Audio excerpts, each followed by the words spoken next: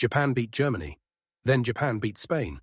Two former world champions knocked over in the same World Cup by a country that didn't even have a professional league 40 years ago. The world called it the shock of the tournament. It wasn't a shock, it was year 29 of a 100-year plan. And the plan isn't anywhere near done. Hold on to that. This is how Japan is actually trying to win the World Cup. Go back far enough and Japan barely existed in football, a baseball country.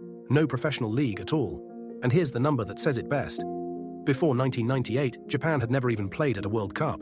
Not once.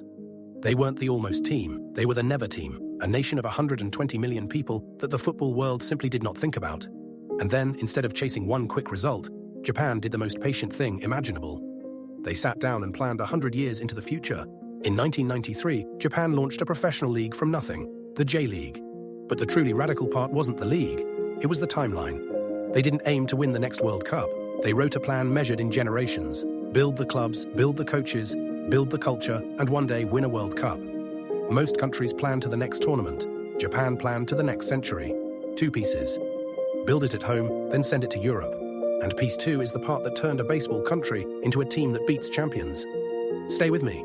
Piece 1 at home. Club academies, everywhere, turning a baseball country into a football one. Patiently, decade by decade. Piece 2, and this is the accelerator. Once Japan had players good enough, it stopped keeping them home. It sent them to Europe. Young, Europe Mitoma, tormenting Premier League defenders for Brighton. Takefusa Kubo at Real Sociedad. Wataru Endo, holding midfield for Liverpool. Tomiyasu at Arsenal. Doan Kamada, Germany, Italy, England. For the first time, Japan has a full team forged in the best leagues on earth. Not a couple of tourists, a whole spine. The kid who grew up on a J-League academy pitch now marks the best forwards in the world every weekend. That is the plan, working exactly as designed. And in 2022, the plan sent the world a message. Japan didn't just qualify, they were drawn with Germany and Spain, 2 countries with 8 World Cups between them, and they beat both.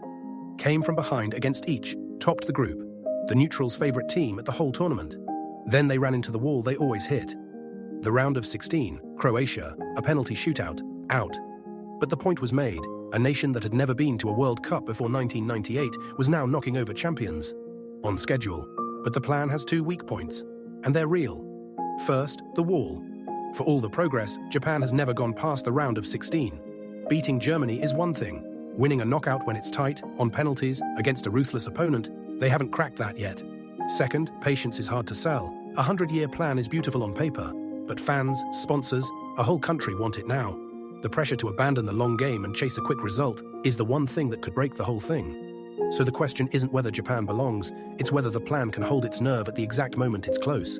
And that's the part everyone misreads, the reason for that hook. Remember, it's a 100-year plan. Japan is only about 30 years in. The stated ambition isn't to sneak a good run, it's to actually win a World Cup, somewhere around the middle of this century, so 2026 isn't the finish line, it's a checkpoint. Every tournament, the plan asks one question. Are we further than last time? Beat 2 champions in 2022, crack the knockout wall in 2026, win it before 2050. This is the most patient project in world football. And patience, it turns out, is terrifying, because it never stops. So how good are they right now, honestly? The floor is the round of 16. They're too organized, too well coached to miss it. The ceiling is the quarterfinal and beyond, the moment they finally win one of those knife-edge knockout games. But here's the honest verdict. Nobody in football is building more sensibly than Japan. No panic, no shortcuts. Just a plan, followed for 30 years, that already beats world champions. Give that another 20 years and it stops being charming and starts being scary. So you tell me, did Japan break the round of 16 wall this time? Drop it below, and tell me which country's plan you want next. Welcome to Match Day. Subscribe, we're doing this all tournament long.